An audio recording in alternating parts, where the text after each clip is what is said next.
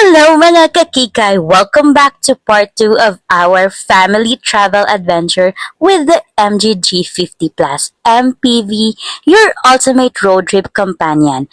If you haven't seen part 1 yet, go check it out. But for now, let's continue our fun tour here inside Arvis Mangrove Cafe in Sagay City.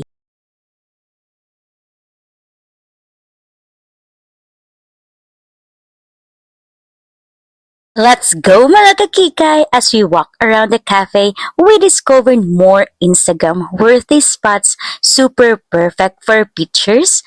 There are these rustic benches, cozy nooks, and a scenic view of the mangroves. Perfect for the gram, right? So of course, we took a lot of photos here and of course, ginsulit ginamo ng amon nga stay here.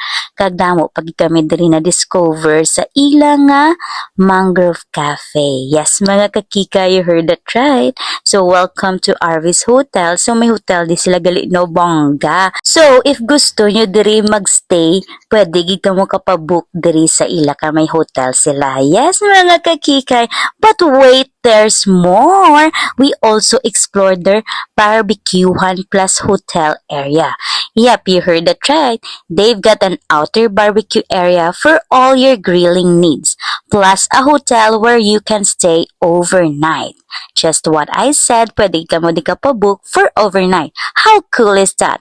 Perfect if you're planning to extend your stay and make the most out of the nature vibes here. And oh, don't miss their iconic hanging bridge inside Arvis Mangrove Cafe. Super chill to walk on and you'll love the view while crossing. We couldn't resist taking videos and pictures here too.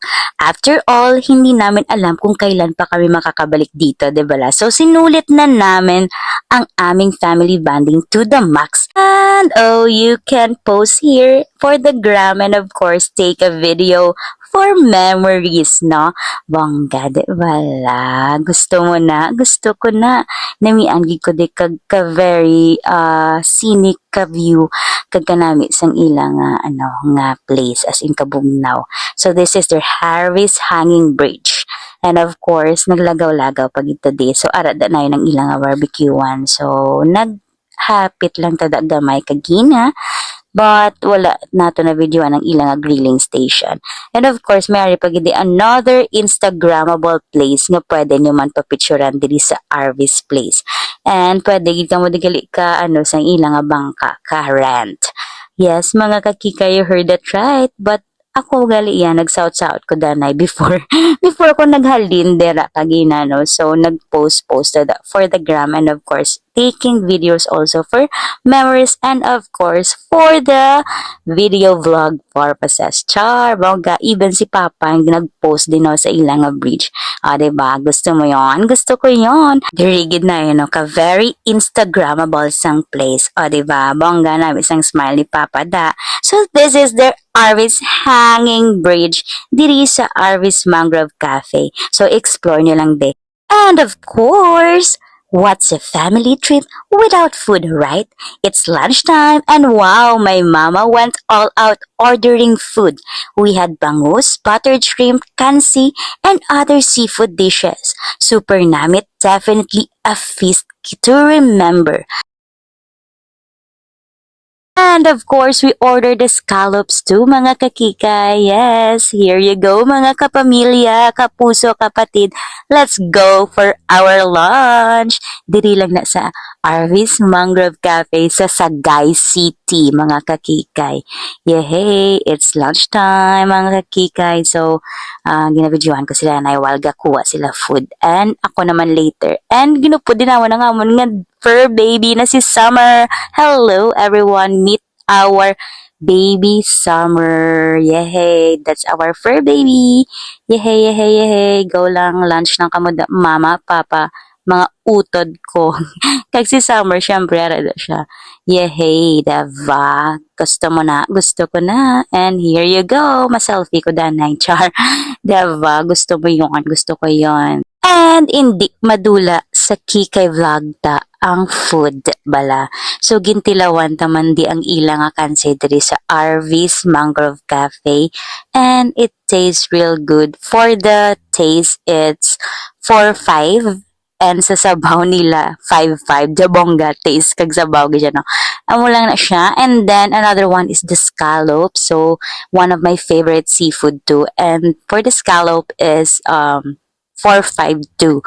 So hindi man gid siya amo na ka bad no, 'di ba, review.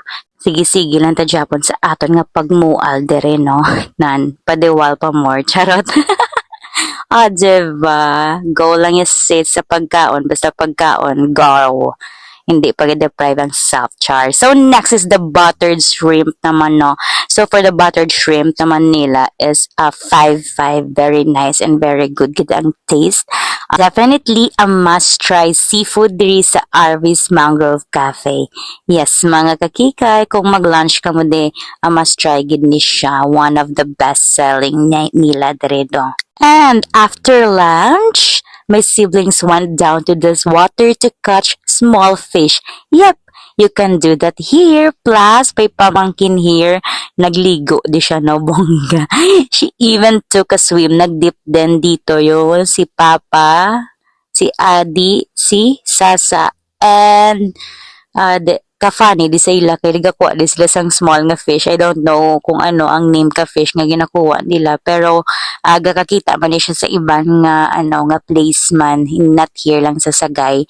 And of course nagdip man tano kay bongga, kay gusto ta man di mag-try kag bongga yan naligo si Tia mo nakapanty lang. Okay lang bata ka pamanday. Okay lang na yan. Even si mama kag si papa nagdip di. So ginpicturean ko sila no. Super worth it dito ang banding with the family. Yes, mga kakikay, and guess what?